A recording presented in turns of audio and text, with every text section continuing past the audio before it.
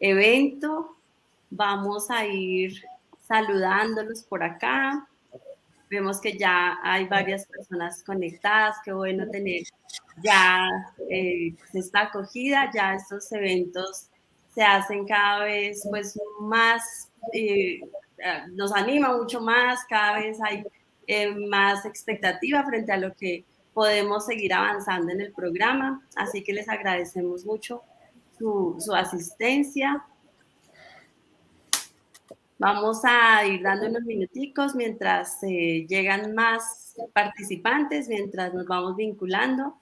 Mientras tanto, desde acá los saludamos. Me acompañan en este momento el doctor Camilo Velandia, jefe del proyecto, director del programa, actual decano de la Facultad de Educación también de Uniminuto. Y nuestro invitado especial, el doctor Luis Lescano, de quien ya vamos a hacer nuestra presentación.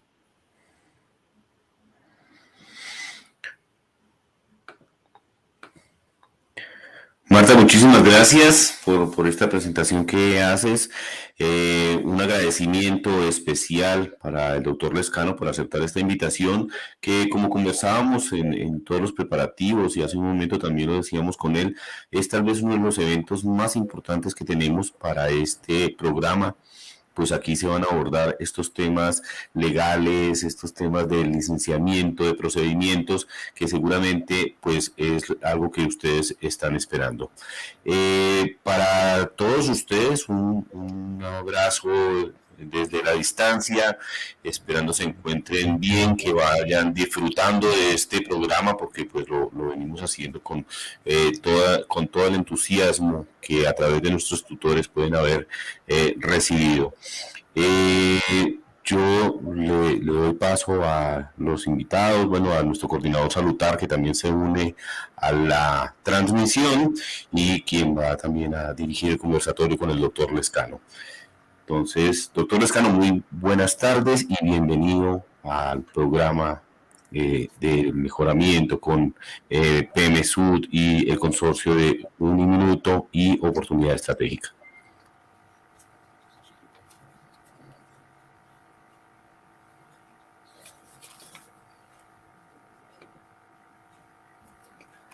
Muchas gracias a todos, muchas gracias. Quedo atento a la presentación. Bueno, claro que sí. Antes de darle pues ya la batuta aquí a Salutar, pues agradecerle mucho al doctor Luis Lescano que nos acompaña hoy. El doctor Lescano es representante de la Asociación de Institutos Superiores del Perú, asiste. Toda su experiencia con institutos superiores justamente es lo que ha hecho que para nosotros sea tan importante, tan motivador tenerlo acá con nosotros. Sabemos que todos sus aportes para este programa, a partir de su participación en las mesas de trabajo de educación, del Acuerdo Nacional, por ejemplo, de la elaboración del reglamento de la Ley de Institutos y Escuelas de Educación Superior, y sobre todo porque su trayectoria en asuntos de calidad, el doctor Lescano fue reconocido por el Sistema Nacional de Acreditación por su labor, por su defensa de la calidad educativa, fue director del CINEACE, específicamente en el área de institutos. Por lo tanto, esperamos que este espacio sea pues por supuesto, de mucho aporte para todos ustedes, para el programa, que puedan hacer también las preguntas en el chat. No olviden que ese espacio también nos ayuda a reconocer en qué otros aspectos podemos complementar. El doctor Lescano va a acompañarnos también en otro momento del programa y por lo tanto va a ser muy valioso que puedan ustedes también hacer las preguntas, así que los animamos a que puedan hacer pues justamente sus comentarios y a medida que va avanzando la conferencia, el conversatorio con Salutar, pues estamos aquí súper atentos, doctor. Muchísimas gracias por aceptar la invitación de nuevo. Y pues ya creo que nosotros vamos a dejar que Salutar y usted puedan pues dirigir el proceso y estamos aquí pues muy atentos. Bien, gracias Marta, gracias Camilo. En esta oportunidad, estimados amigos, colegas, tenemos un espacio interesante, partiendo desde la parte legal que tenemos, definitivamente, para nosotros se convierte en una oportunidad. Sí, hablemos de oportunidad, porque las normas nos facilitan algunas cosas, pero muchas de esas desconocemos. Y en esta oportunidad, pues, hemos convocado al doctor Lescano, quien también dirige el Instituto de Derecho Educativo, ¿no? Recientemente ustedes saben que se está moviendo mucho el tema educativo superior y el doctor Lescano, a gran amigo del sector, pues está siempre constante en este tipo de eventos y más aún en esta reflexión.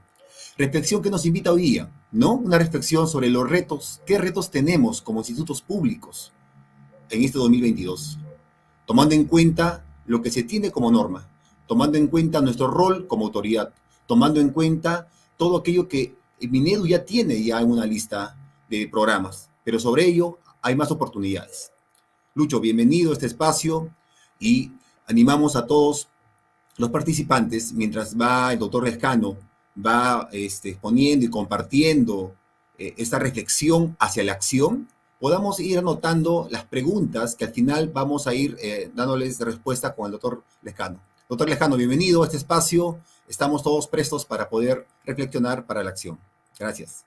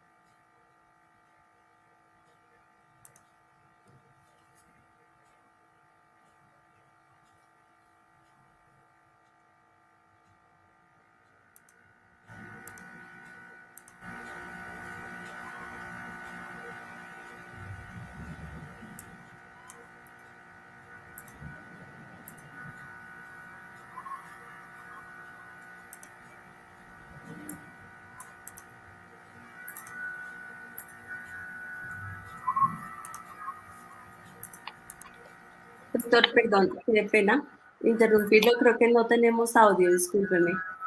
Qué pena con usted, estamos sin escuchar. Doctor, perdón, qué pena Ahora sí. interrumpirlo, creo que no tenemos audio, discúlpeme. Qué pena con usted. Ahora Okay. sí. Está bien, está bien. Obviamente.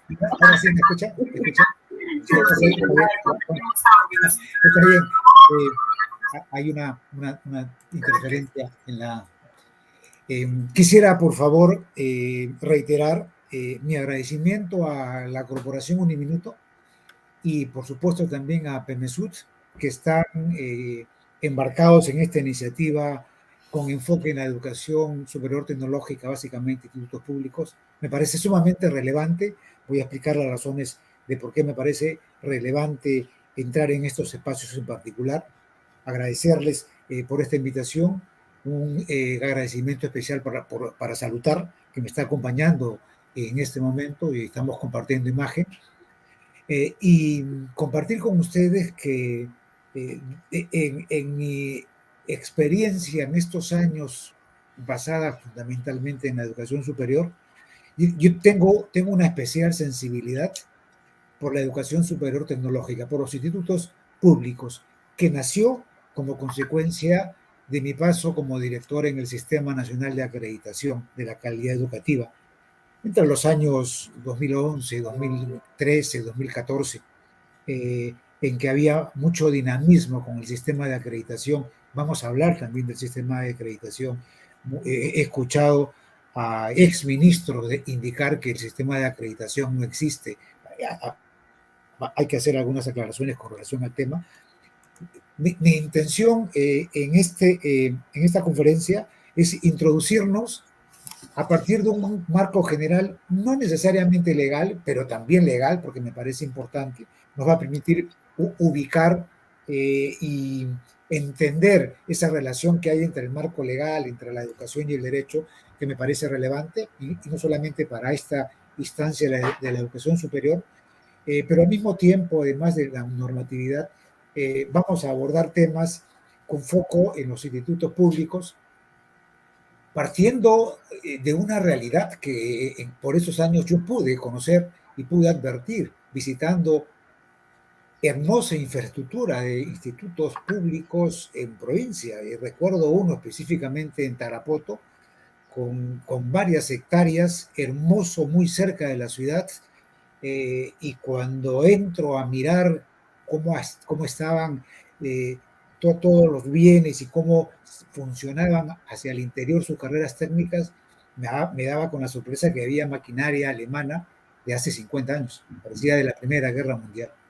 La verdad es que fue un impacto mirar cómo es que esos estudiantes nuestros que están en los públicos porque tienen escasos recursos económicos, tienen que estar transitando sus experiencias formativas en situaciones reales de trabajo con maquinaria, con bienes o en laboratorios que no están en desuso, están ya quedados en el olvido desde hace un siglo casi.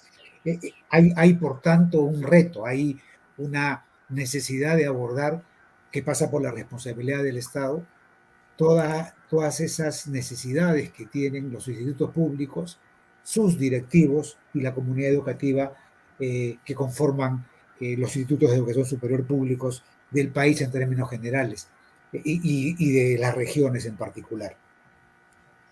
Me he permitido preparar un PPT con algunos temas centrales, una estructura que me pidieron que pueda servir de guía para abordar este tema en función de los intereses de ustedes y considerando que esto forma parte de un programa que le han encargado a Uniminuto, la unidad ejecutora PEMESUT, para poder capacitar a todos ellos.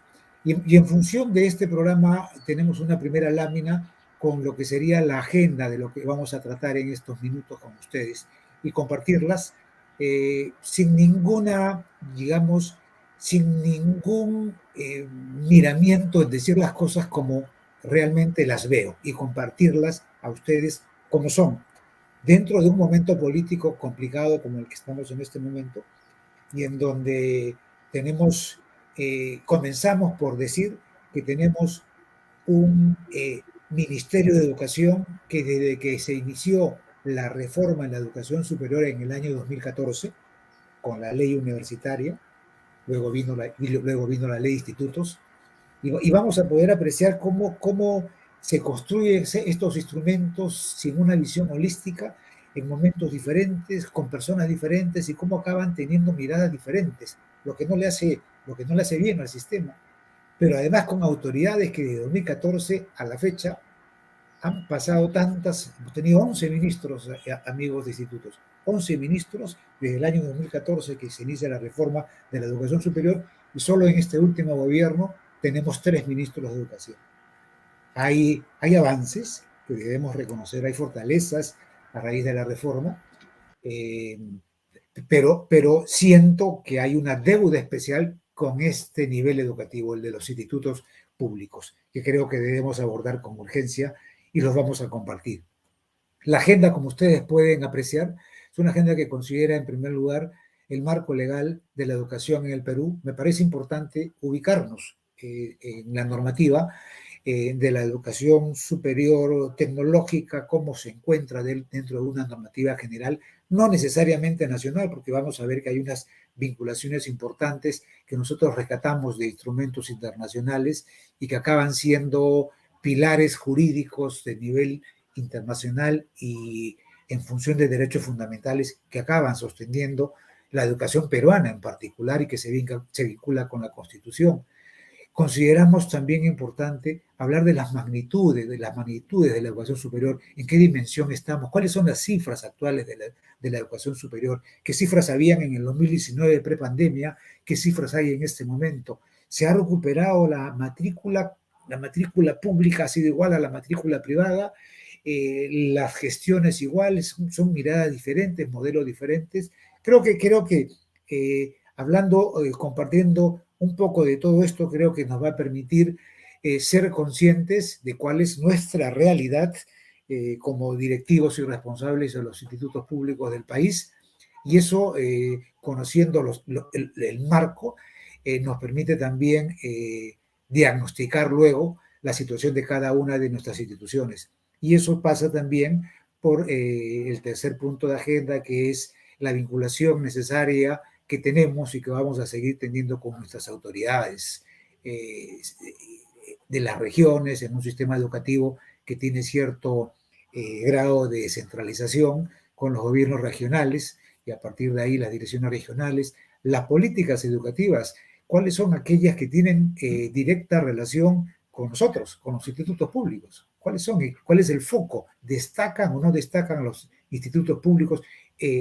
Luego de transcurrido estos años de reforma, se destacan temas que están vinculados con la institución. Hay un interés, digamos, de los organismos constructores de las políticas públicas y de sus actores en este nivel de educación superior donde ustedes están ubicados. Eso implica también una mirada que está reflejada en el punto 4 de esta agenda, que efectivamente tiene que ver con esa alineación que debe existir, pero que no ocurre en verdad entre la oferta educativa de nuestros institutos, la oferta educativa y la demanda laboral, ¿no? Que como saben, en el caso nuestro de los institutos públicos y también privados, está muy conectada con el aparato productivo, con el sector productivo. Inclusive con un énfasis mayor que la propia educación superior universitaria. Aquí se concentra un interés relevante desde las instituciones y desde los ámbitos en que nos encontremos en estas regiones, de construir alianzas con el sector productivo y corresponderá al Estado, lo vamos a apreciar, establecer y diseñar esas políticas y esos escenarios con espacios propicios para que se den esas alianzas que en particular nuestras instituciones de educación superior, institutos públicos, requieren. Finalmente, algunas líneas de acción que me he permitido desarrollar a partir de la experiencia acumulada y que consideramos que debe ser una línea de acción miradas desde el Estado, que cumple un rol importante, un rol que recuperó el Estado, un rol rector que recuperó y que estaba ausente anteriormente, de eso también se habla bastante, y que ahora lo tenemos presente, un tanto olvidado para la educación superior tecnológica o pedagógica o artística que ustedes dirigen, desde mi punto de vista, y que creo que hay que priorizar, y también algunas líneas de acción desde los propios institutos, desde nuestras instituciones y desde las responsabilidades que nos toca asumir con relación a estas líneas de acción que tienen que ver con el entorno social, que tiene que ver con la comunidad al interior de nuestras instituciones y que evidentemente tiene que ver también con espacios que en estos momentos se enfrentan con situaciones de escasos recursos de las instituciones mismas y del Estado. Hay una dependencia muy, muy fuerte, yo diría, hasta obstruccionista en el buen sentido de la palabra, de desarrollar y mejorar modelos y programas educativos actualizados por un tema económico que en el caso del Estado pasa por temas burocráticos y pasa por asuntos que acaban desanimando a muchos directores o directivos de los institutos públicos, pero que creo que hay que asumir en función de un reconocimiento del principio de realidad. Esta lámina, por tanto, tiene esos temas de agenda, están en pantalla, son esos 5 que ustedes están advirtiendo, y en estos minutos vamos a ir desarrollando uno por uno cada una de estas presentaciones que voy a ir comentándoles. Les ruego, por favor, pasemos a la siguiente lámina, que es específicamente el tema del marco legal de la educación en el Perú. No he querido ir directamente al marco legal de institutos, la ley de institutos. He querido presentarlo de manera más genérica porque nos permite una visión amplia y constructiva, además, que acaba entendiendo de cómo se sostiene el marco educativo y por qué los principios más importantes vinculados con la educación, con su objeto, con su finalidad y con sus propósitos, tienen en el fondo tienen un sostenimiento, unas bases jurídicas de rango global, internacional y también constitucional en el Perú, sobre las cuales se habla muy poco. Entonces, comienzo yo por invitarlos a que en algún momento ustedes puedan visualizar y leer la Declaración Universal de Derechos Humanos, específicamente el artículo 26. Pero debo indicarles que esta es una declaración universal, es un documento de tanta trascendencia construido en el año 1948, posguerra mundial, que tuvo como propósito establecer criterios y establecer acuerdos, convenciones entre las naciones. Luego de las guerras, las naciones tenían que establecer y llegar a entendimientos en los temas más importantes de la vida de las naciones para que se puedan relacionar sin ningún problema luego de la posguerra. Uno de esos elementos que se tocaron tenía que ser el tema educativo y está ocupado en el artículo 26 de esta Declaración Universal de Derechos Humanos, que señala básicamente tres principios fundamentales: el derecho a la educación, la libertad de enseñanza y el derecho a elegir la educación de preferencia. Esos principios están contenidos en esta declaración, son principios globales, son principios universales para todas las naciones y son además principios que vamos a ver a continuación cómo están vinculados con la normativa nacional, con nuestra Constitución de manera específica. Antes quisiéramos decir algunas cosas importantes. El derecho a la educación está construido acá, está expresado literalmente y me ha hecho acordar me van a ir disculpando que vaya trayendo algunos comentarios de la vida real y de lo que está ocurriendo actualmente, pero creo que resulta pertinente para ir entendiendo mejor cómo se vincula esto, que son marcos teóricos, con nuestra realidad. Hace una semana o semana y media, la Defensoría del Pueblo, a raíz de estos dictámenes que se están discutiendo en la Comisión de Educación, en el Pleno del Congreso, señalaba la Defensoría del Pueblo, criticando estos dictámenes, que el presidente Castillo señalaba que tenía que haber pues, un cambio en la Constitución en lo que se refiere al tema educativo porque no está consignada expresamente el principio, la expresión que la educación sea un derecho fundamental. Y la Defensoría del Pueblo decía al respecto que el hecho de que no esté consignada no significa que no exista el derecho a la educación, dando por entendido la Defensoría del Pueblo que efectivamente nuestra Constitución no recogía ese principio o no lo decía expresamente. Vamos a ver que tanto una como otra expresión son equivocadas, porque sí, efectivamente está, y no solamente está en el artículo 26, que es la Declaración Internacional, sino está también en nuestra Constitución. Por tanto, ese derecho a la educación existe, me parece fundamental, es una piedra angular que se diga que tenemos derecho a la educación, que hay una libertad de enseñanza, y una libertad de enseñanza solamente se puede entender cuando se le permite a las personas justamente el ejercicio de enseñar a otras personas.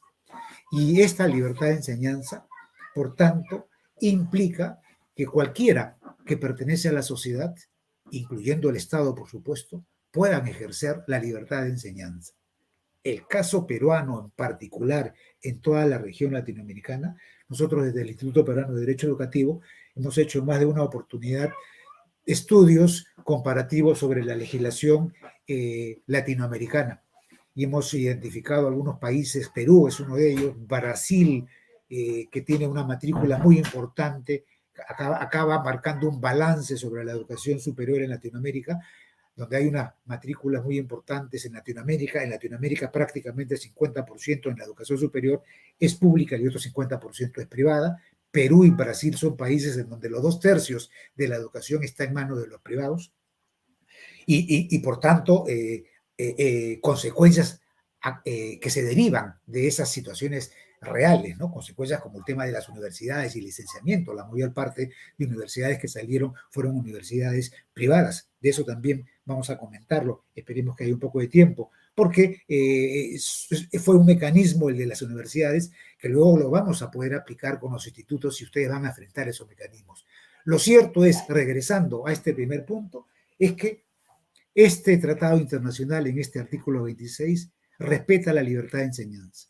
Eso significa que tanto el público como el privado tienen derecho a ejercer esta atribución de libertad de enseñanza. Y el derecho a elegir la educación de preferencia es un derecho que se le concede al padre de familia respecto de sus hijos menores o al propio mayor de edad que está mirando la educación superior a elegir en dónde estudiar.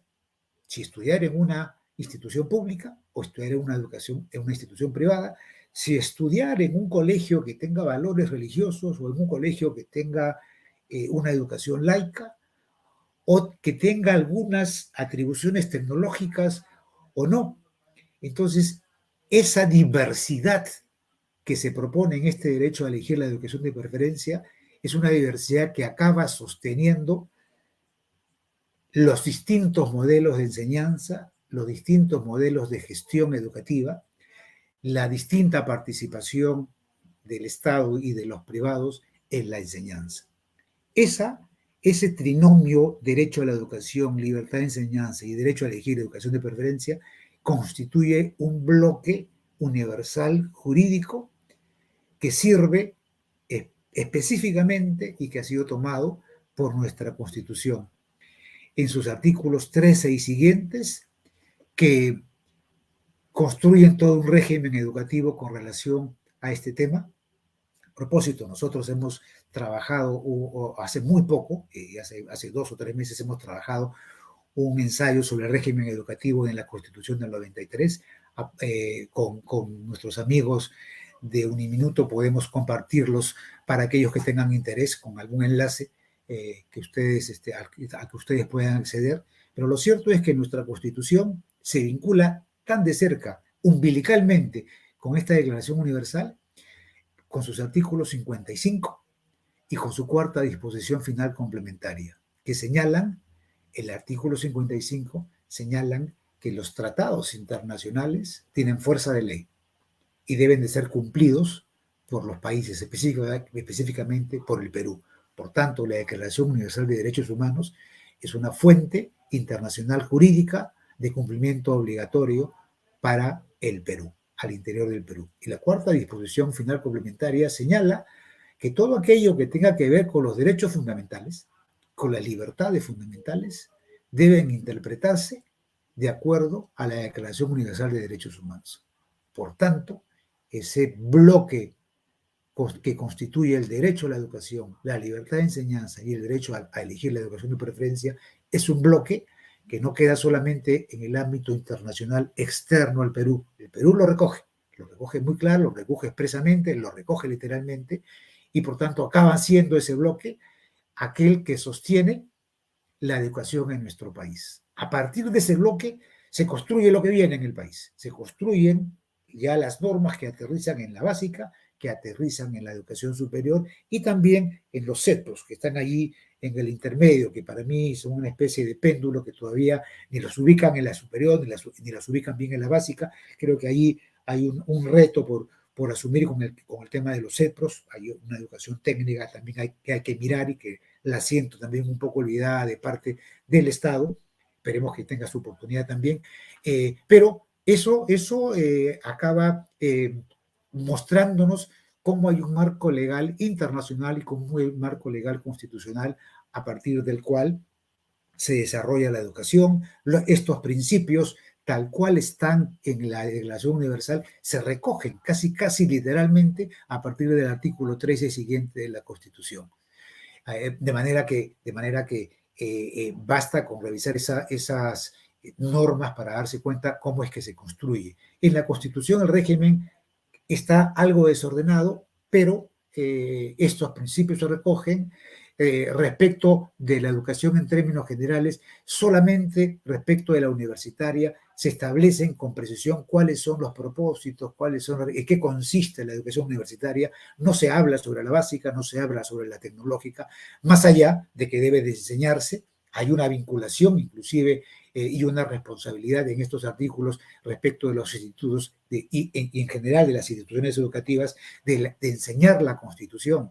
Y esto tiene vinculación con un tema que también es relevante y que recogió hace muy poco y ESALC, UNESCO, las Naciones Unidas, en un trabajo que hicieron para fortalecer la educación superior que se llamaba algo así como vinculándola con el Estado de Derecho, cómo se vincula y cuál es el rol de las instituciones educativas de hacer respetar el Estado de Derecho, que significa cultura de legalidad, que significa respeto al otro, que significa respeto a las autoridades, todo un tema de marcos muy venido a menos, pero que inclusive constitucionalmente existe la obligación de transmitirla a los estudiantes. Ese creo que también es un tema que todas las instituciones educativas deberían de cumplir, pero que parece un poco un saludo a la bandera, a pesar de que está en la Constitución.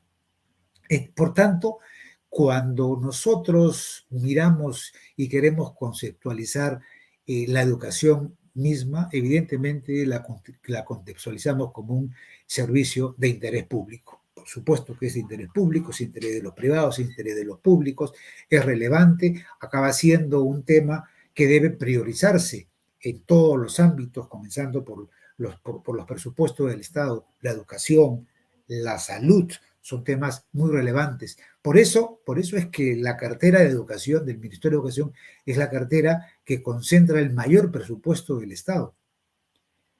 Pero en ese presupuesto del Estado tienen que tomarse decisiones que impliquen, en primer lugar, priorizar dentro de ese presupuesto, priorizar justamente uno de los roles que asume el Estado respecto a la educación. Porque respecto a la educación, el principal rol es el rol rector, que lo ha recuperado y que lo había perdido. Era claro que lo había perdido. Entonces el tema de la ANR era ausencia del Estado en el sistema universitario, por ejemplo. Eso se ha recuperado y nos parece bien que así sea. Alguien tiene que asumir el rol rector y tiene que ser el Estado organizado. No puede ser un particular, tiene que ser el Estado organizado. Corresponde a un sano ordenamiento de nuestro sistema. El rol rector del Estado se ha recuperado, pero el Estado no solamente tiene un rol rector, tiene un rol regulador, tiene un rol supervisor.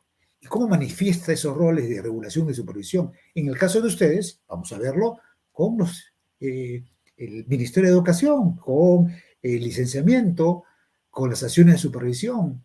Se manifiesta a través de allí, pero además el Estado tiene un rol gestor del Ministerio de Educación.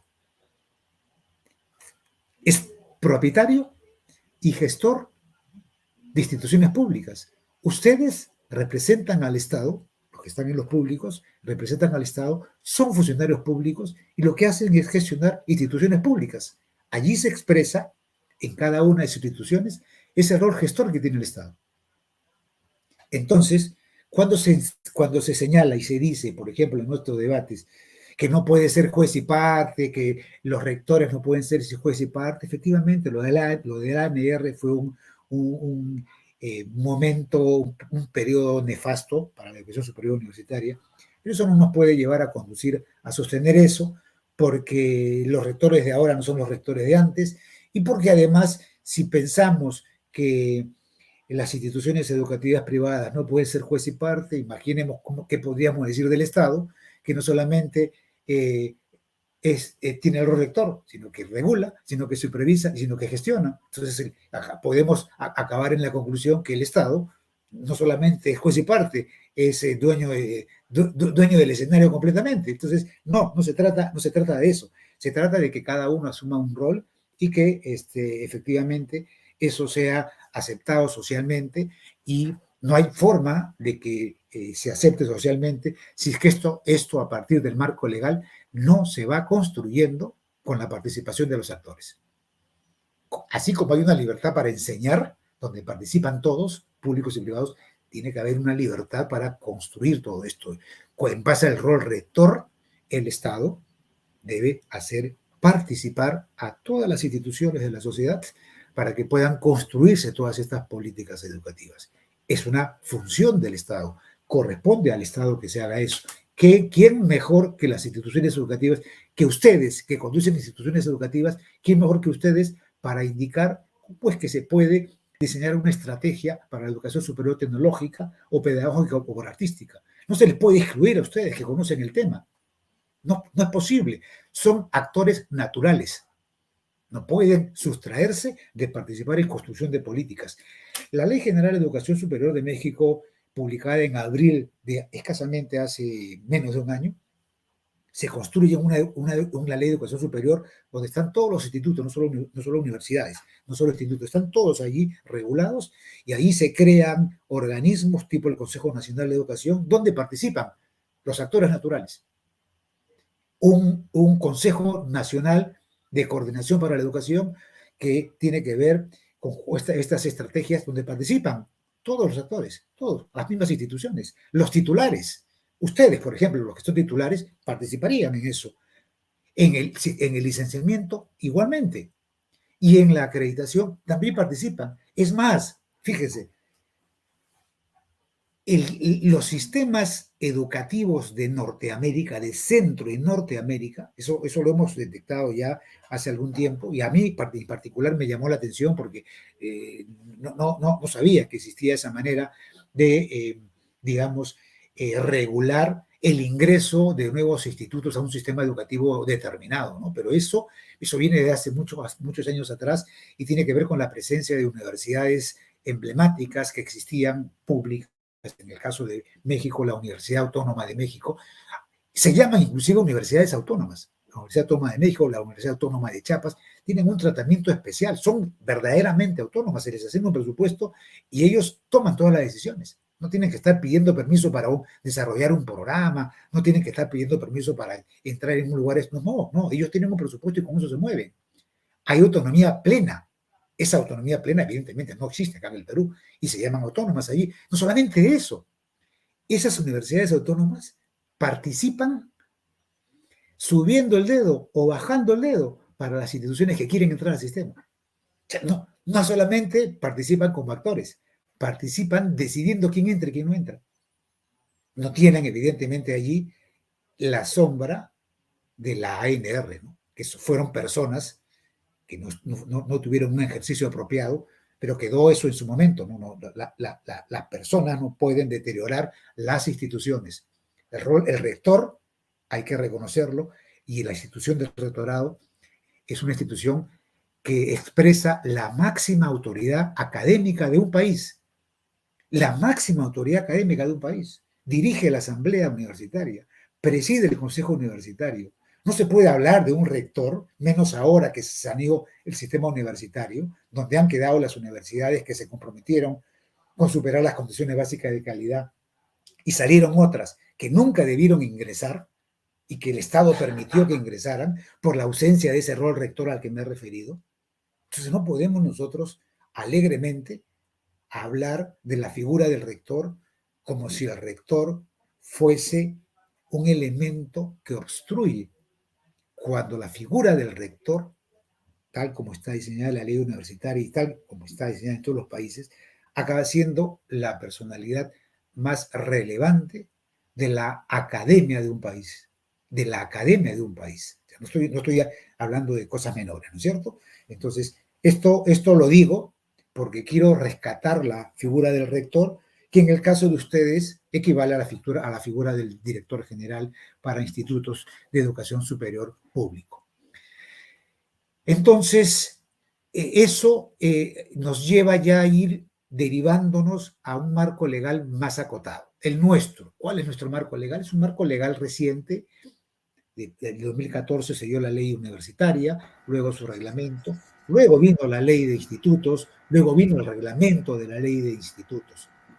Y como le decía hace un rato, vino, y fíjese lo que le voy a comentar para relevar cómo en distintos momentos de la construcción de estos instrumentos, con distintas personas y sin vincular, sin tener una mirada del sistema de educación superior en su conjunto, que ahora sí lo tiene México, con un instrumento que incorpora a todas, pero nosotros con esa ausencia, ¿cómo es que regulamos distinto y de manera distinta? Por ejemplo, para que tengan una idea de cómo regulan de una manera diferente a unas y a otras, y que no acaba teniendo sentido, pierde lógica. Desde que nace la ley universitaria, inclusive, allí, por ejemplo, en cuanto al régimen académico, que acaba siendo uno de los elementos más importantes en las instituciones educativas, su corazón, el régimen académico. Para las universidades, no es posible para las universidades, debiendo de cumplir 200 créditos, no es posible que esos 200 créditos puedan realizarse en menos de 5 años. Si tú lo haces en medio de 5 años, en la universidad le tienen que decir a ese estudiante o a la mamá de ese estudiante, tienes que esperar cumplir los 5 años. No puede, pero yo ya acabé, yo he terminado. Yo he estudiado en San Marcos, amigos, en San Marcos. Y mi carrera la hice en 9 ciclos. A partir del tercero comencé a estudiar 3 ciclos por año. Yo no trabajaba, gracias a Dios, no trabajaba. Y comencé a avanzar. La acabé en 9 ciclos. ¿Por qué se permite o por qué se limita esa posibilidad? Esa exigencia no existe para los institutos ni para las escuelas. No puede diseñar. Sí. Disculpa que interrumpe. Hay una inquietud respecto al símil del rol de los directores que asumimos en un instituto, ¿no? Si bien es cierto en las universidades existe o existía la ANR, bueno, ahora hay ANUP, ASUP, que congrega a los rectores de las universidades públicas y privadas. En el caso de los directores de institutos, ¿cómo recomendaría o qué recomendaría para poder tener esa mesa de participación y también dentro del marco de la educación, pues podemos también participar, pero de manera colegiada? ¿Qué hacer en este momento? Gracias, Salutar, por la pregunta, porque ese es uno de los temas que aconsejo como línea de acción desde los institutos públicos para tener una mejor y más relevante presencia en el sistema de educación superior tecnológico. Allí, entre otras cosas, lo van a ver ustedes en la imagen final, van a ver ustedes que aconsejo que una de las líneas de acción sean la construcción de alianzas, de asociaciones y redes de institutos de educación superior público. Fíjate, y no solamente eso, allá que estamos abordando, me encanta Salutar que podamos interrumpir esto para tocar temas específicos, no tengo ningún problema, y si es que hay alguna otra pregunta que surge del público y que tú consideras que debamos cortar, en buena hora lo hacemos, porque me permite adentrarme en estos temas. En el marco universitario, la educación superior, hay varias asociaciones gremiales que obedecen a intereses legítimos y que tienen su agenda y que acaban sirviendo muchísimo con este tema. Tienes al consorcio de universidades, has mencionado a ANUP, que son las públicas, de reciente creación, has mencionado a SUB, está también FIPES, inclusive FIPES pertenece a una red mayor todavía de universidades, y en el caso de institutos, la única asociación que realiza actividad gremial y que participa en la normatividad como representante de Asiste Perú, yo he podido participar en la creación no de esta ley, la 3512, sobre la cual ya me están pidiendo abordar, que lo vamos a hacer, sino sobre la ley anterior, la que existió, la primera ley de institutos. Allí hubo un abordaje, porque como gremio participas representando a una colectividad de institutos, y en el caso de los públicos, rápidamente, por ejemplo, ANUP rápidamente se ha posicionado, y no solamente eso, en ANUP, como también son muchas universidades públicas, cerca de 50, hasta han construido al interior de ANUP, que reúne a todas, han construido una asociación de universidades públicas del norte, otras del sur, otras de la Amazonía. O sea, digamos, se han conseguido tantas cosas en función de del sistema educativo, de los intereses de cada uno, que la construcción de alianzas acaba siendo muy importante. Eso lo vamos a decir a continuación. Vamos a abordar la ley de institutos y escuelas de educación superior, su reglamento, en fin, y la situación, dicho sea de paso, en la que nos estamos encontrando en este momento, ¿no? Con estas normas que ustedes pueden ver ahí, la 3512, su reglamento, el decreto de urgencia, que ya tiene más de 2 años de expedido, el 017, y el último, el 016 del 2021, que modifica el reglamento y lo modifica pues en función del licenciamiento, cambia las reglas de licenciamiento.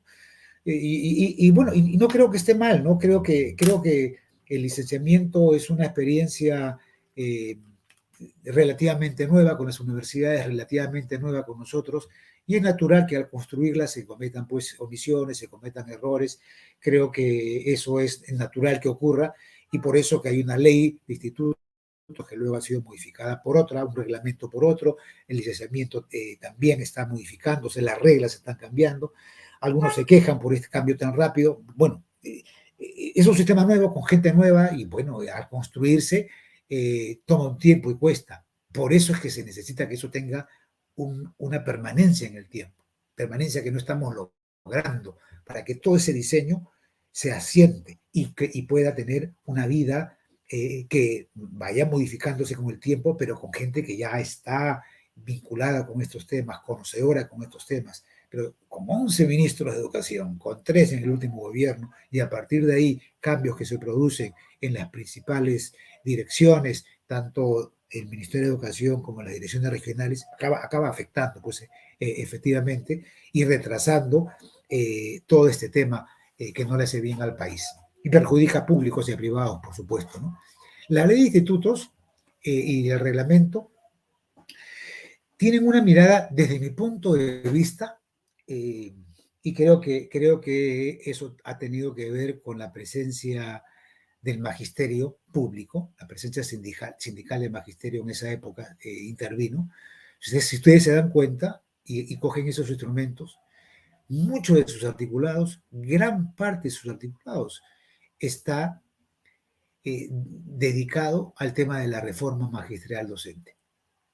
Cómo se promociona al docente público, es público exclusivamente, cómo se le promociona, cuáles son sus funciones, cómo se le promueve, cuáles son sus obligaciones, en fin.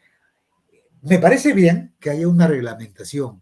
En lo que no estoy de acuerdo es que en una ley de institutos, que es para públicos y privados, se haya abordado un asunto del magisterio que pudo haber tenido otra jerarquía normativa. Pero evidentemente eso obedeció, desde mi punto de vista y de mi participación en las mesas de ese momento, eso obedeció al interés justamente de sindicatos, y allí hay un tema también efectivamente vinculado con las asociaciones de institutos que les propongo que organicen, porque efectivamente son gremios sindicalizados y ahí hay un espacio donde se escucha más el eco de los intereses que defienden los sindicatos, que son legítimos, muy legítimos, defender intereses de los docentes, se escucha mejor de esa manera. Entonces, eso explica un poco por qué la ley tiene esa notoriedad en cuanto al tema del magisterio.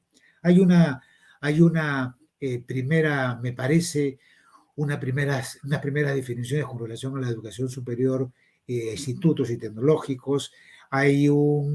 Por primera vez se establecen la posibilidad de los tránsitos que pueden haber entre un instituto y una escuela, por ejemplo.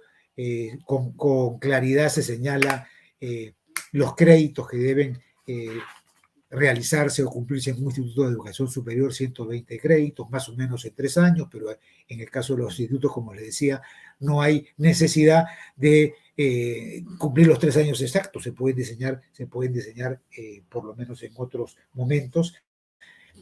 Cierto es que aún en estos espacios en donde se diseñan las admisiones y se arma toda la gestión para institutos, cierto es que los públicos acaban teniendo una normatividad mucho más ralentizada, mucho más pesada.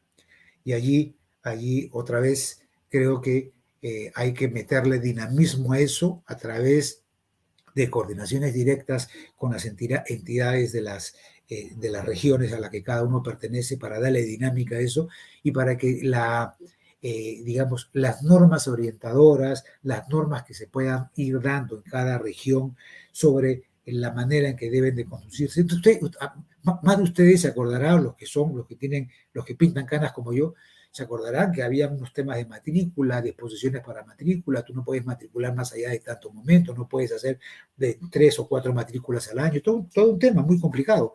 Entonces, eso se ha ido desinflando un poco, pero se mantiene todavía un tutelaje, desde mi punto de vista, demasiado burocrático de parte del Estado, sobre todo con los públicos. Creo que hay necesidad de darle a los directores, a las direcciones de los públicos, una mayor autonomía.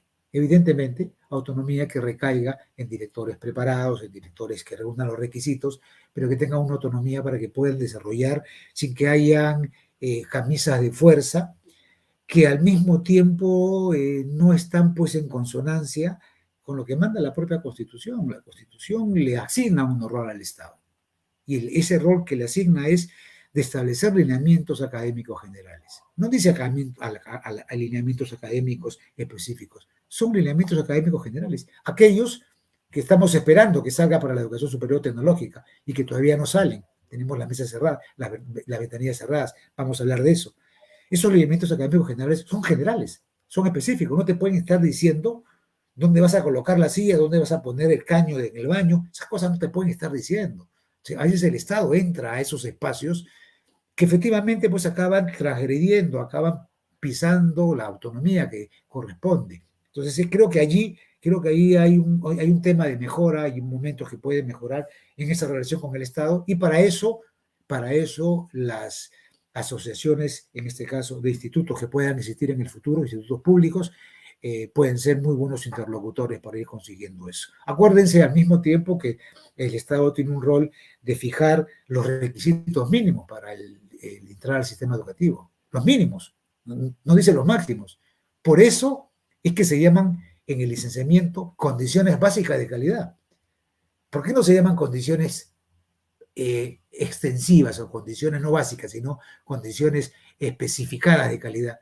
Son básicas porque al Estado le corresponde establecer requisitos mínimos. Eso está justamente vinculado con la Constitución.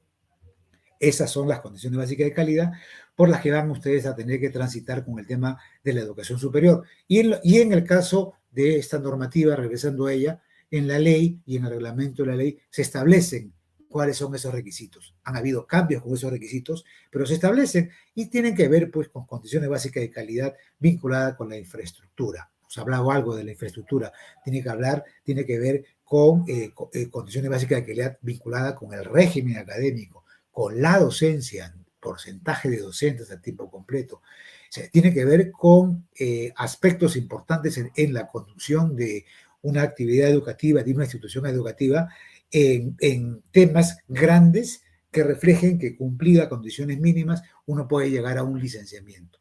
Pero evidentemente, licenciarse ante el Ministerio de Educación en el caso de ustedes, o pasar por un proceso de acreditación ante el CINEALCE, eso requiere dinero. Eso requiere, la infraestructura requiere dinero. Los docentes requieren dinero. La capacitación de los docentes, la titulación, eso requiere dinero. La educación cuesta. La educación no es gratuita. Cuando se habla de gratuidad en la educación, se habla en el sentido de que se les exonera a los que tienen escasos recursos a pagar pensiones, pero la educación cuesta. Cada estudiante cuesta.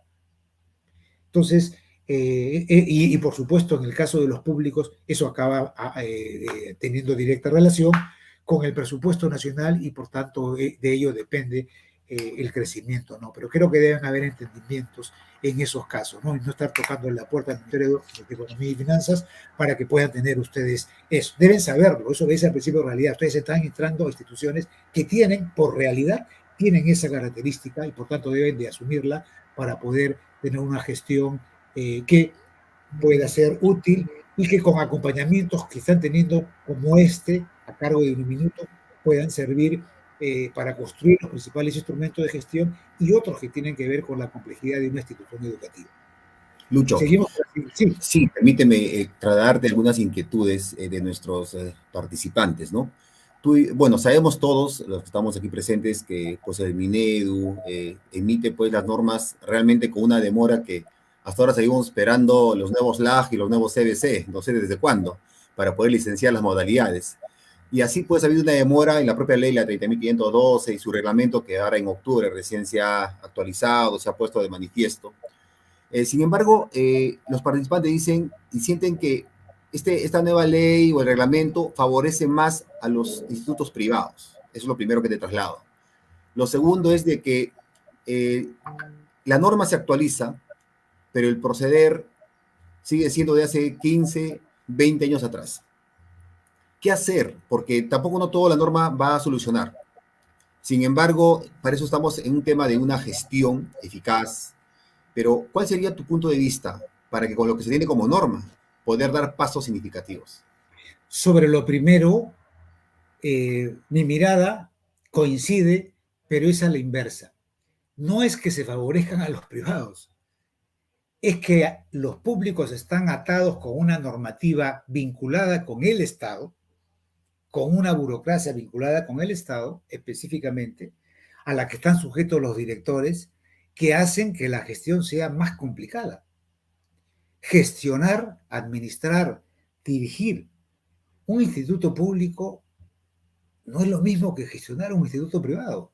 El instituto privado, las decisiones se toman rápidamente, se toman con las personas que las toman y rápidamente un director general toma una decisión para poder crear un programa, por ejemplo, ¿no? Y pasar luego por las instancias estatales.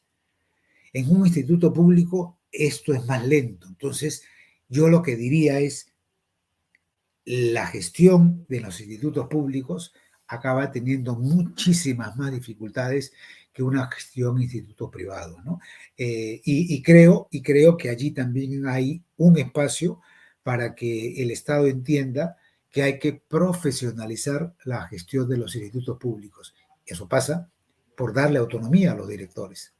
Eso pasa por priorizar el presupuesto, lo vamos a ver más adelante, el presupuesto del Estado en los institutos públicos. ¿Cómo podemos nosotros, en nuestras instituciones públicas, la que sea donde esté ubicada, poder captar más estudiantes si tenemos un presupuesto que no alcanza ni siquiera para los estudiantes que tengo en este momento?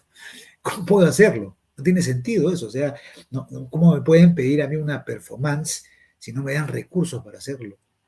Y eso creo que se aborda en una dimensión macro, haciendo entender a los que toman decisiones arriba, pasando por la gente del Ministerio de Economía y Finanzas, que cualquier priorización que se haga en la educación, aun cuando estemos quitándole a otros sectores, la educación lo merece, lo vale la pena.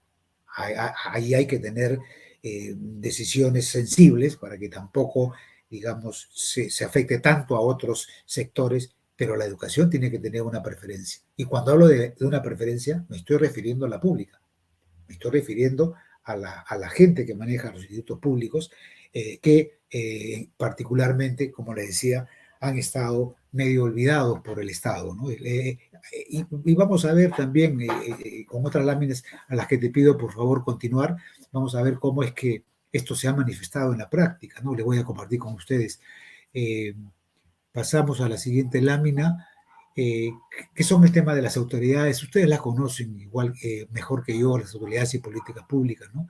El Ministerio de Educación, perdóname, es esta. Sí, el Ministerio de Educación, pues, es el ente rector que ha recuperado justamente ese papel perdido anteriormente. Desde mi punto de vista, creo que se ha pasado al otro extremo de una ausencia, ha ido a una posición de rectoría del sistema, pero al mismo tiempo de una supervisión con temas punitivos que creo que se ha ido muy al extremo.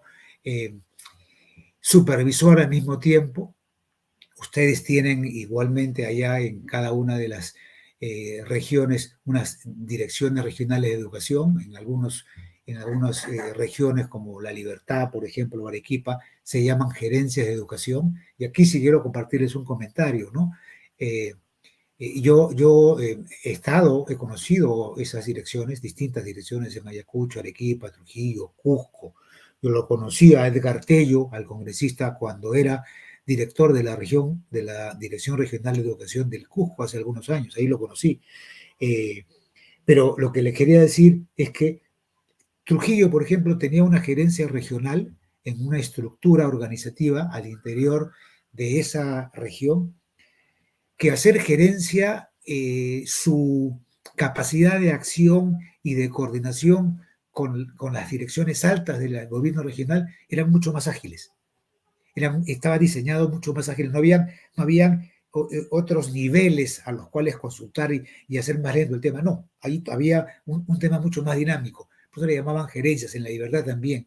En caso de direcciones regionales, en otras, por ejemplo, la de Ayacucho, la dirección regional de Ayacucho tenía encima un nivel y luego otro nivel, y entonces para poder establecer o fomentar algún tipo de actividad en esa dirección regional, el tema demoraba muchísimo, ¿no? Entonces creo que eso también hay que modernizarlo al interior de las autoridades educativas, y por eso lo menciono, porque hay una responsabilidad ahí para realizar y trabajar solamente del Ministerio de Educación desde el gobierno central, sino con las propias autoridades del gobierno regional.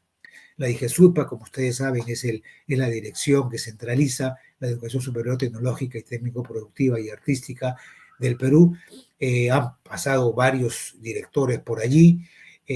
La última directora renunció, se están haciendo algunos cambios, y allí es que viene puesto el diseño de esta normativa técnica, me refiero al LAG, al Lineamientos Académicos Generales de las Condiciones Básicas de Calidad, que hasta ahora no dan a luz.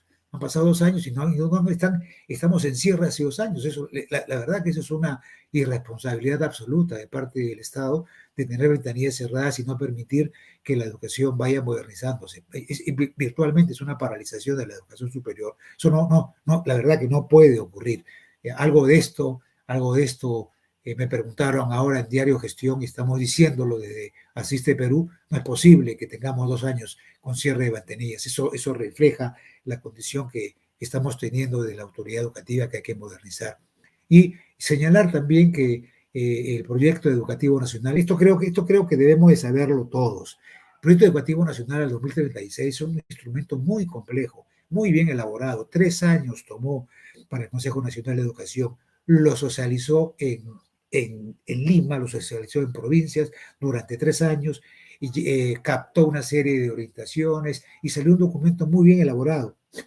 Por eso, y se lo digo con toda libertad, porque es exactamente la verdad, por eso cuando entró el ministro Cadillo en un debate que hicieron, el único debate que hicieron entre los equipos educativos, y comenzó a señalar que el proyecto educativo nacional era un proyecto que no tenía propósito, que no tenía metas, que no tenía objetivos, cometió el más grande error de su vida, porque el proyecto educativo no es un proyecto, digamos, que tenga que tener presupuesto, objetivo, no es un proyecto, tiene el nombre de proyecto educativo, pero es un instrumento de política pública, y encima con mandato obligatorio. Es un instrumento, una política pública. Un ministro no puede decir que es un proyecto que no tiene objetivos y metas. Entonces, se lo hemos dicho abiertamente, pero eso nos muestra cómo las mayores responsabilidades en educación las asumen personas que ni siquiera conocen que un instrumento tan importante como el Proyecto Educativo Nacional,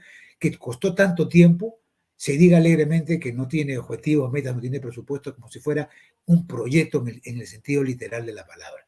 Este proyecto educativo dice, entre otras cosas, que hay que fortalecer la educación superior tecnológica. Y además, el siguiente instrumento,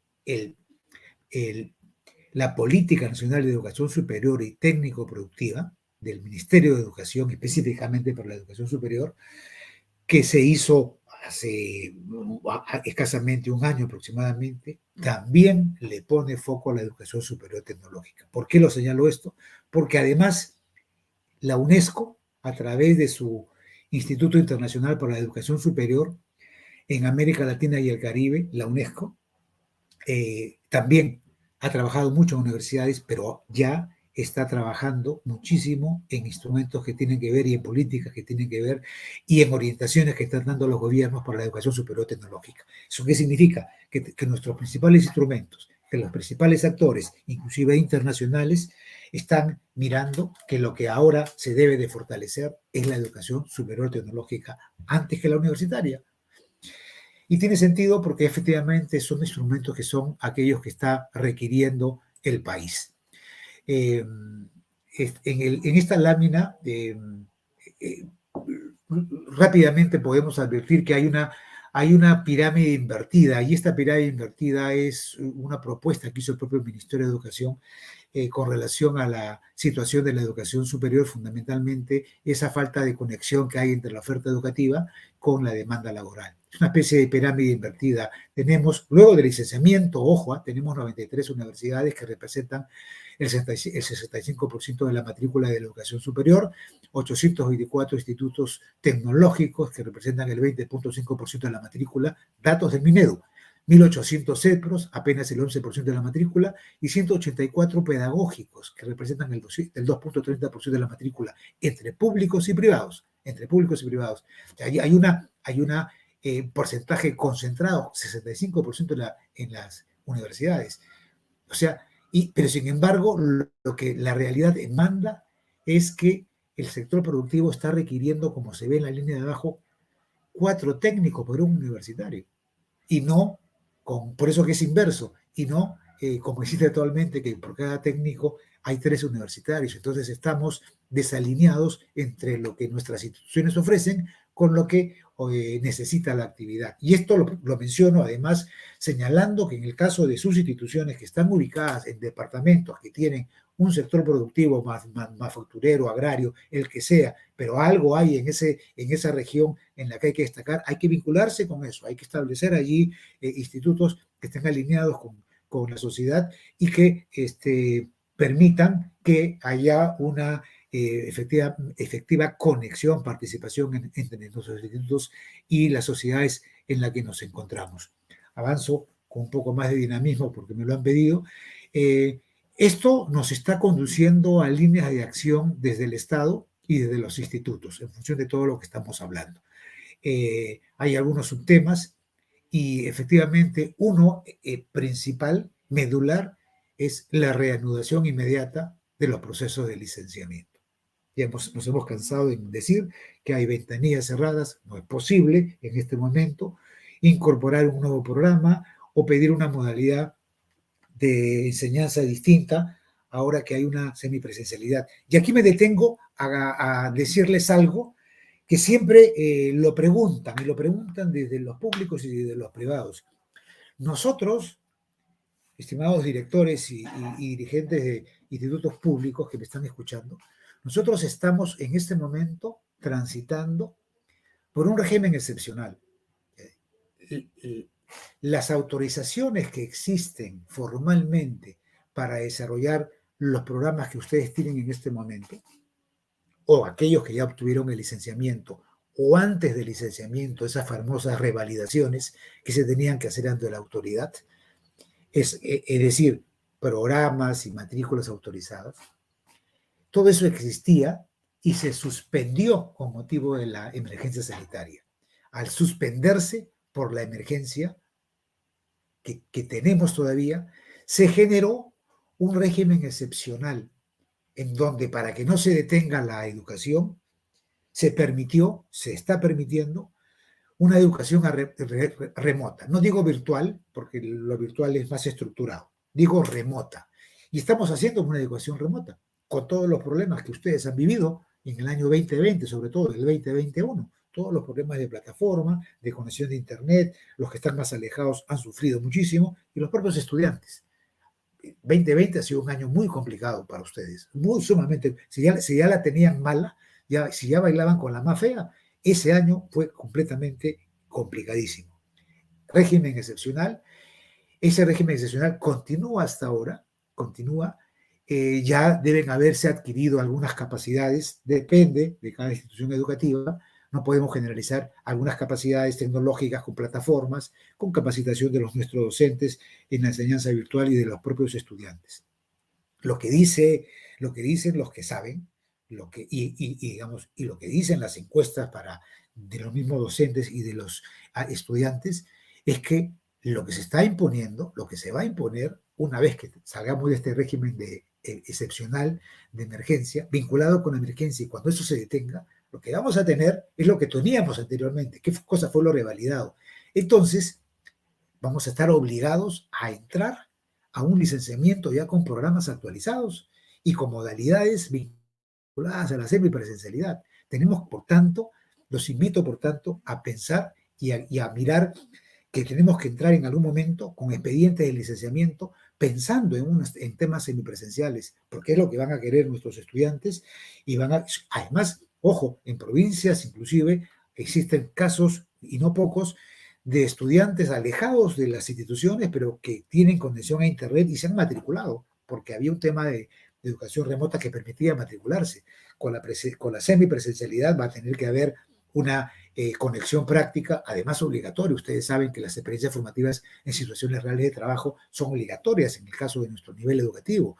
Y se entiende por esa conexión que tiene que haber con lo técnico, con lo tecnológico, con esa capacidad para desarrollar competencias vinculadas con laboratorios y con talleres que nosotros necesitamos y requerimos sin ninguna duda, antes que la superior, por supuesto. Entonces, pero hay que estar pensando ya en mirar que nuestras instituciones van a requerir programas ya no los antiguos, ya no los presenciales de tiempo completo, ya, sino programas que van a tener que estar más relacionados con la semipresencialidad. Ya hay, como ustedes saben, ya la ley lo permite, antes no, ya la ley lo permite, y miremos eso. Eso es una tarea para mirar que sus programas, los que tienen, estén alineados con las necesidades de la zona en la que están y con una semipresencialidad que pueda adecuarse más o menos en función de los intereses y de lo que ustedes capten individualmente. Optimizar, Lucho, por tanto. Sí. perdón que te interrumpa. Bueno, no puedes tú visualizar, pero hay bastante interacción de nuestros directores y la plana del staff directivo de los institutos. De hecho, que los temas que estamos tocando son muy, pero muy atractivos para poder ampliarnos hasta más tarde. Sin embargo, quisiera hacerte llegar a unos comentarios muy puntuales. Definitivamente vemos en esta lámina, pues, la línea de acción que tiene el Estado para los institutos y todo lo que puede beneficiar.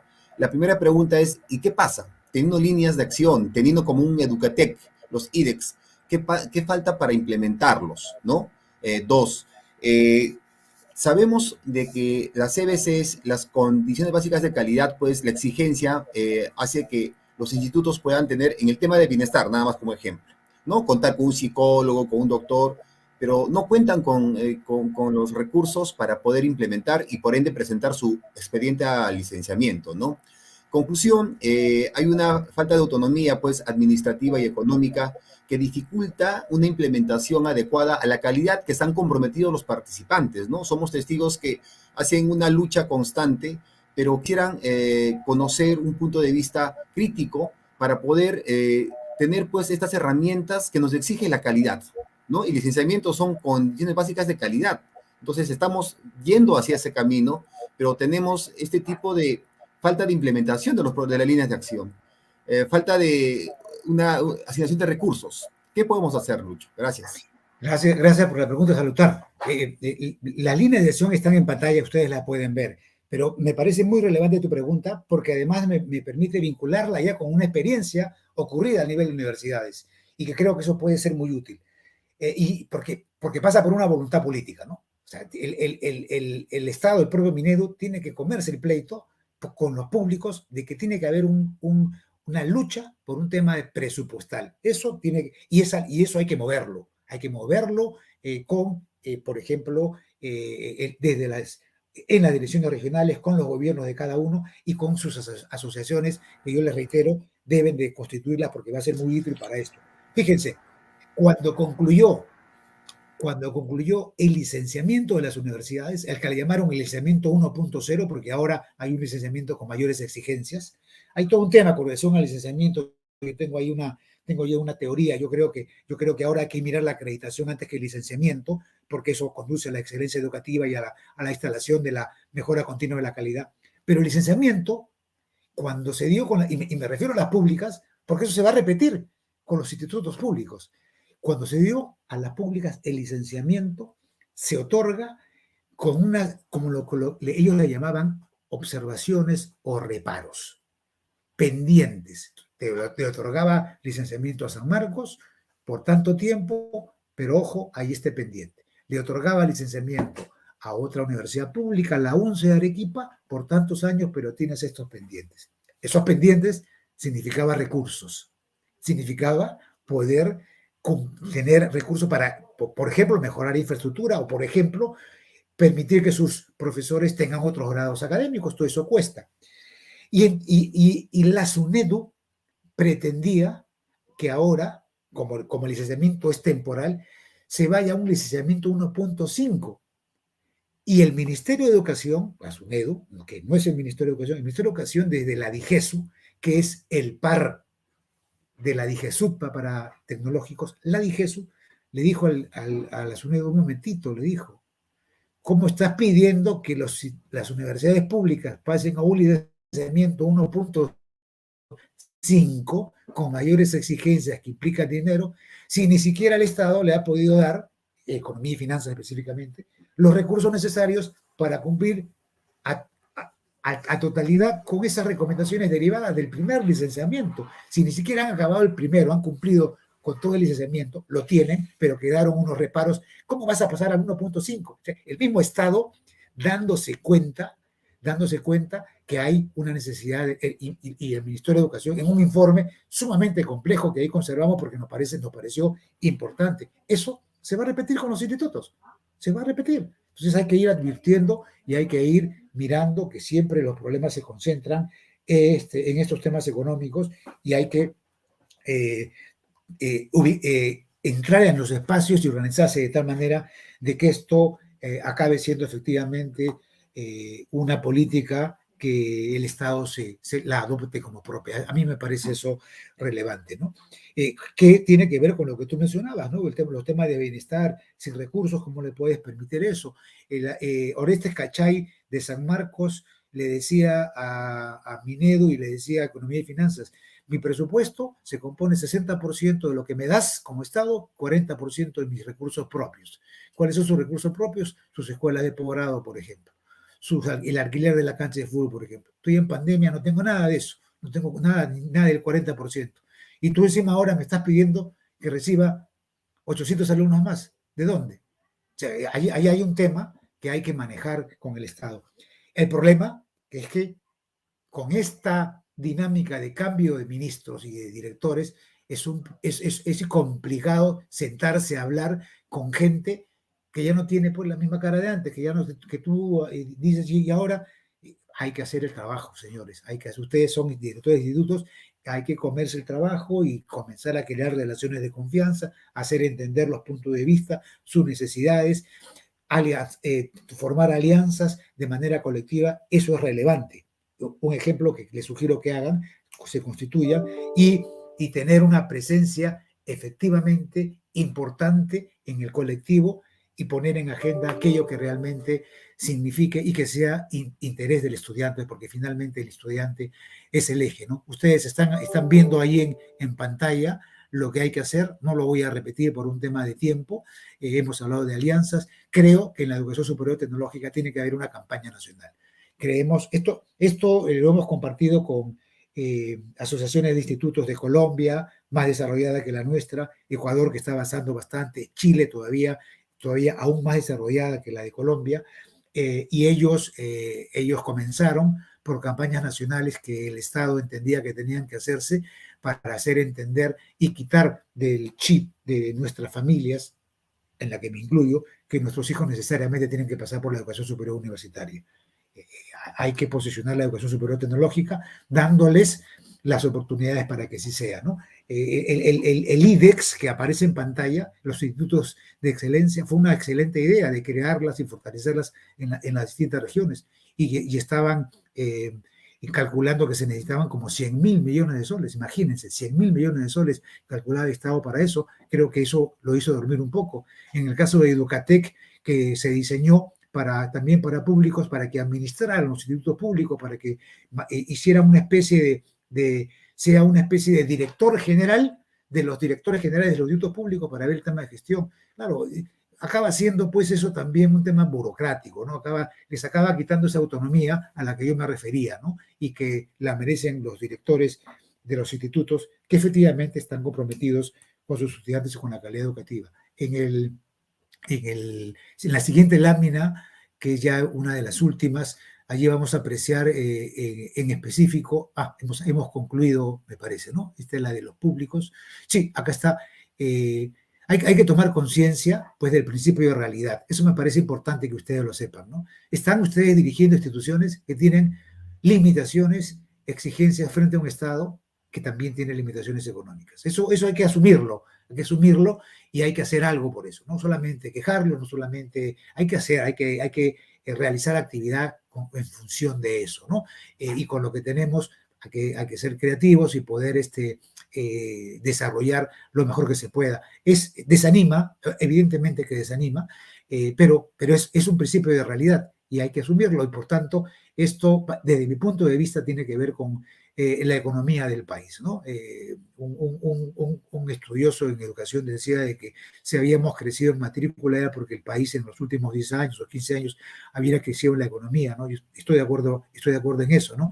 Pero al mismo tiempo señalaba que no bastaba con el crecimiento de la economía, había que tener una mayor presencia del Estado mismo en la asignación de los recursos para la educación. Creo que hay que apostar por ahí.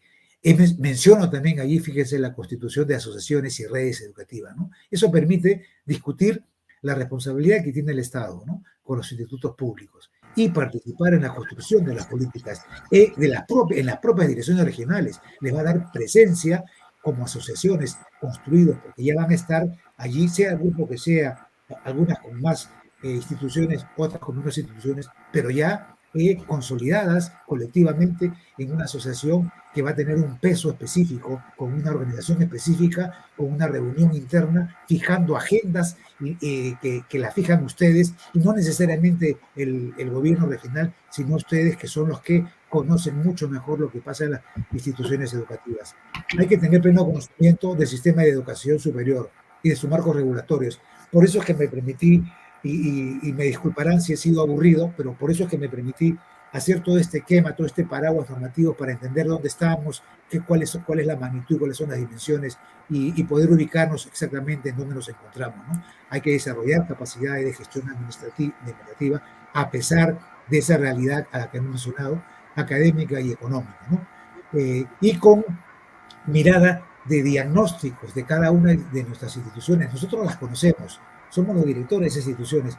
Hay que diagnosticar dónde están las fortalezas, dónde están las debilidades y a partir de ahí construir líneas estratégicas. En este caso, en este escenario, hay un asunto de licenciamiento obligatorio, seguramente va a salir un nuevo cronograma que va a tener mucho tiempo por delante.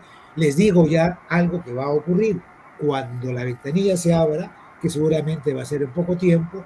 Cuando se abra esa ventanilla, es probable que se forme un embudo. Ahí vamos a tener un cuello de botella porque van a ver los licenciamientos de ese cronograma que quedó, ese en el que se mencionaban a todos los institutos hasta el año 2026, me parece. Va a ser todo un tema. Ojalá que el Estado tenga equipo para poder entender eso.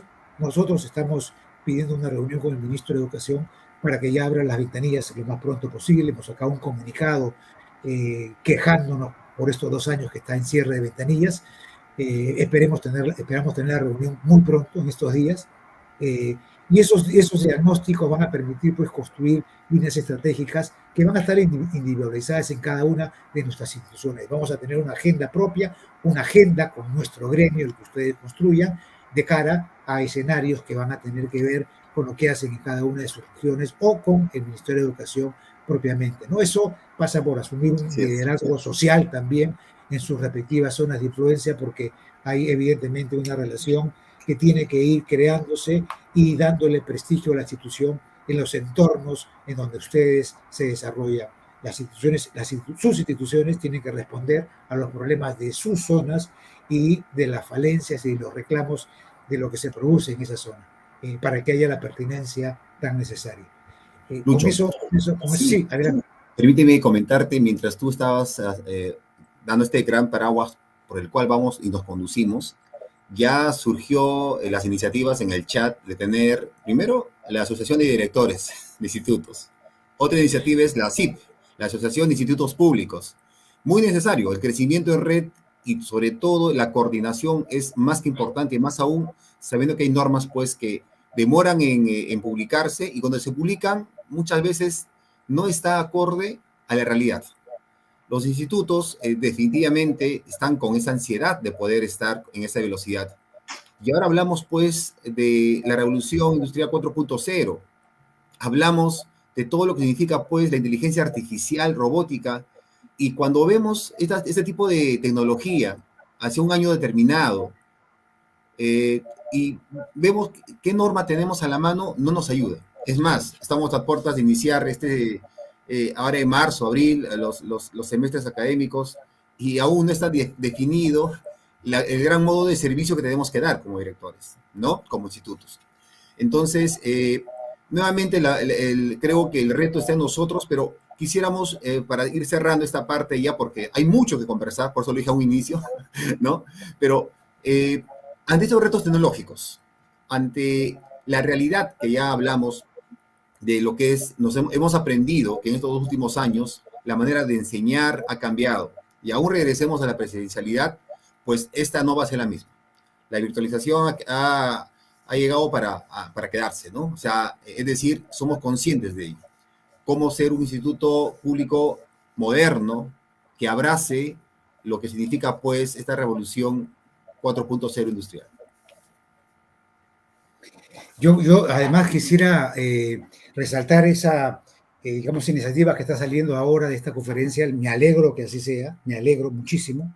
Y fíjese cómo a través de estos gremios uno se entera. Hoy día, por ejemplo, han salido las orientaciones. Hoy han salido orientaciones para el retorno de la semipresencialidad, unas orientaciones que habían quedado dormidas. Las están ahora, digamos, difundiendo con un plazo hasta el 8 de febrero para dar aportes.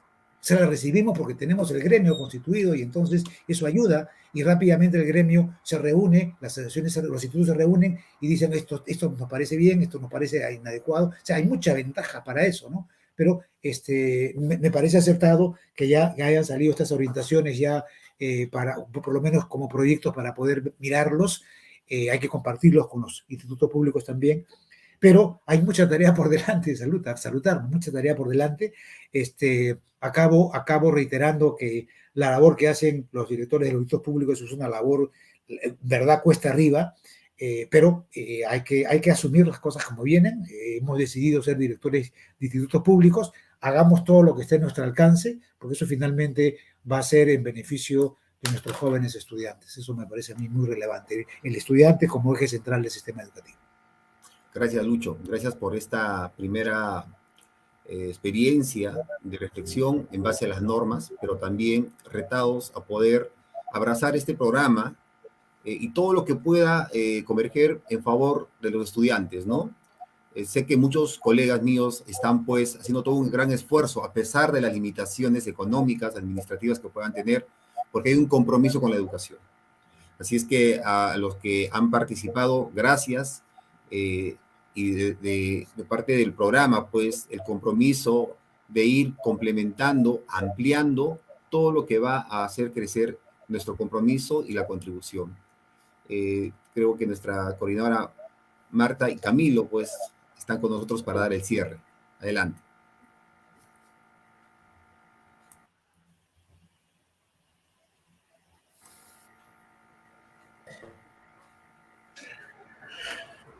Bueno, doctor Lescano, muchas gracias. Ya le estaba dando paso. Adelante, Martica, sigue.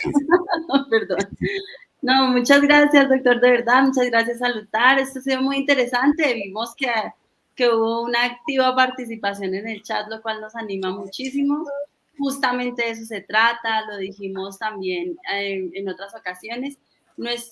Parte de nuestros objetivos con este programa es crear estas comunidades, ¿no? Que los directivos a través justamente de estas plataformas, de estos escenarios puedan pues crear esas comunidades, establecer esos lazos. Qué bien que se active de esta manera la participación. Les agradecemos muchísimo a todos a quienes han participado. Recordar que estamos en un momento en el que justamente estamos haciendo los diagnósticos tanto de nuestras unidades como de las instituciones. Entonces, qué mejor que tomar todos estos elementos para vincularlos, para visibilizarlos. Lo hemos dicho, la oportunidad de un diagnóstico es justamente identificar estas debilidades, fortalezas que podemos controlar a nivel institucional, pero que también debemos escalar para que pues se vayan llevando las voces que se necesitan a los lugares que deben llegar. Aquí alguien hizo un comentario que me parece muy interesante, es justamente de la reingeniería en muchos niveles, y yo creo que de eso se trata, de que este programa genere estas oportunidades y que bueno que a su participación, pues hayamos logrado motivar este encuentro y sobre todo estas preguntas que ahora los invitamos a llevar al interior de sus equipos, al interior de sus instituciones, para que nos queden plasmadas en los diagnósticos que son la meta más cercana que tenemos, ¿no? en el programa. Entonces, pues de mi parte agradecer mucho a todos este espacio. Martica, muchísimas gracias, a saludar y por supuesto, doctor Lezcano, creo que es evidente que este es un tema que tiene muchas aristas y que nos podríamos quedar muchísimo más tiempo dialogando alrededor de ello. Afortunadamente tenemos una segunda versión, un próximo conversatorio que vamos a tener con usted y seguramente allí vamos a poder abordar algunas de las consultas que nos quedaron en el chat y que son muy interesantes. Aquí han puesto unos temas que seguramente van a llegar a la reflexión que venimos haciendo con las instituciones.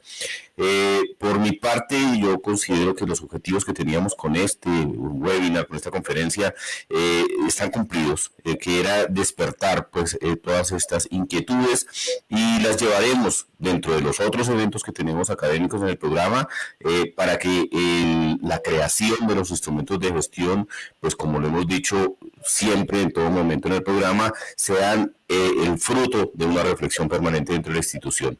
Entonces, muchísimas gracias, doctor Lezcano. Nos veremos en esta próxima oportunidad que vamos a tener. Saludar, muchas gracias por la dirección pues, del conversatorio. Y Marta, muchas gracias también por toda la gestión que has hecho con esto. A todos los participantes y a todos los tutores, coordinadores que están con nosotros, también un fuerte abrazo y seguimos con mucho ánimo en el programa y vamos con las siguientes actividades que tenemos proyectadas. Fuerte abrazo. Buenas noches con todos. Gracias.